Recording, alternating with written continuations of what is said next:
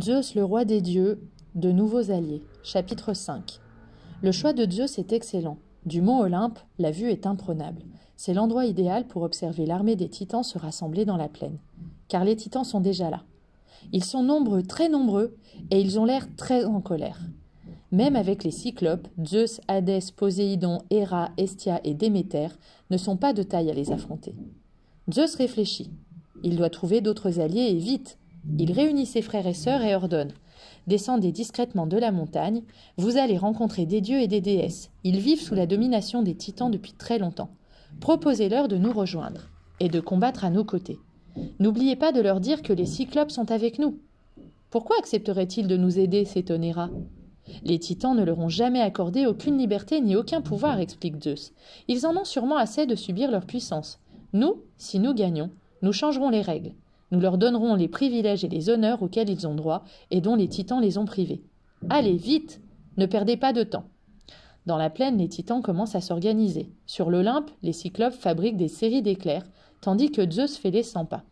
Ses frères et sœurs vont-ils revenir ? Combien de dieux et de déesses les accompagneront ? Enfin, des silhouettes surgissent. Le cœur de Zeus bat très fort quand la première se présente. « Je suis Styx, fille d'Océan, et voici mes enfants. Nous avons entendu ton appel. Nous ne voulons plus de la domination des titans, ni de la terreur qu'ils font régner. Nous combattrons à tes côtés. » Zeus pousse un énorme soupir de soulagement. Il a gagné son pari. En effet, des dieux et des déesses accourent de partout, promettant de se battre jusqu'au bout à ses côtés. Et il n'y a plus de temps à perdre car les titans attaquent. Leurs hurlements emplissent la plaine alors qu'ils se lancent à l'assaut du mont Olympe. Au sommet de la montagne, les dieux et les déesses sont prêts. Ils ont organisé leur défense et les éclairs, les rochers, les projectiles de toutes sortes pleuvent sur les titans. La guerre est très longue, très très longue. Voilà 10 ans qu'elle dure.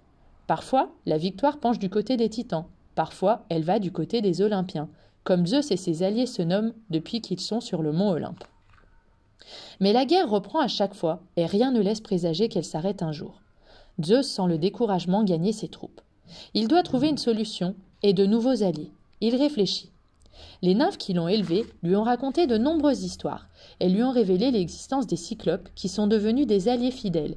Elles ont aussi parlé de 3 frères. Zeus frissonne. Petit, quand il évoquait l'image de ses 3 frères, il n'en dormait pas de la nuit. Plus fort que les titans, plus laids que les cyclopes, plus terribles qu'eux tous réunis, les Hécatonchires.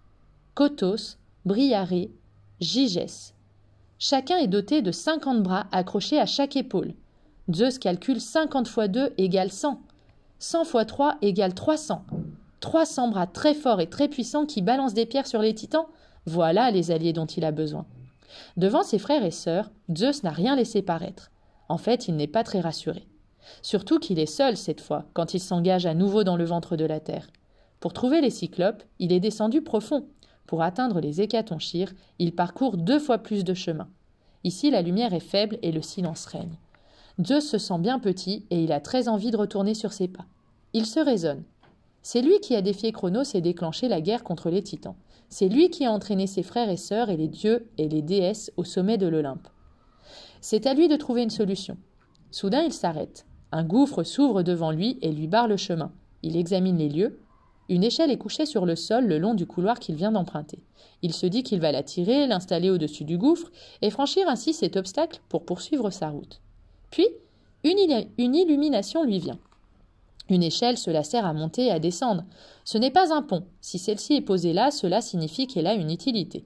Et si elle est allongée en haut du gouffre, cela veut dire que ceux qui se trouvent en bas ne peuvent pas remonter. Et ceux qui se trouvent en bas sont... Zeus frissonne. Ce sont les Hécatonchires.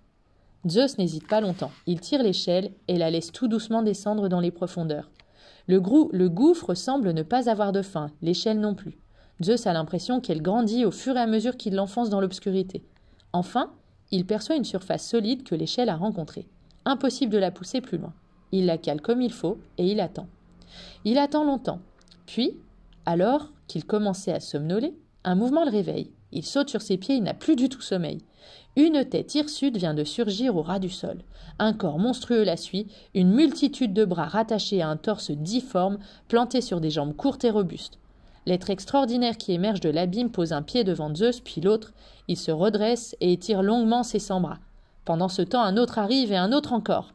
Zeus ne peut en détacher son regard. Qui sont vraiment ces êtres terribles à qui il vient d'offrir la liberté? A-t-il eu raison? Il réalise qu'il est trop tard pour reculer et se poser des questions. Il toussote et annonce d'une petite voix. Bonjour, je m'appelle Zeus et... Et il raconte son histoire.